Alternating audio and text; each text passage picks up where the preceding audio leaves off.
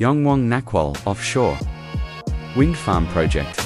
The total installed capacity consists of 64 units of 5.7 megawatts wind turbine generators.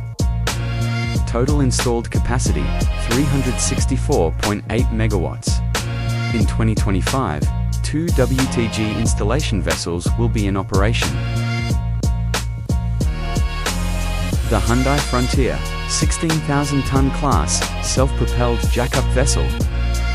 Pedestal crane capacity, 1,200 ton, with boom length, 121 meters.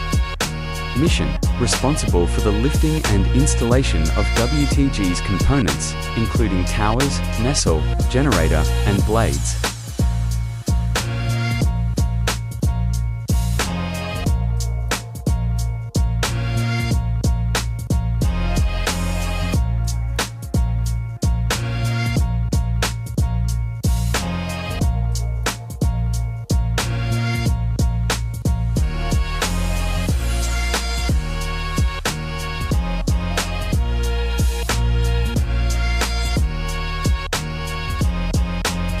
The Hanson 1, semi-submersible heavy lift crane vessel.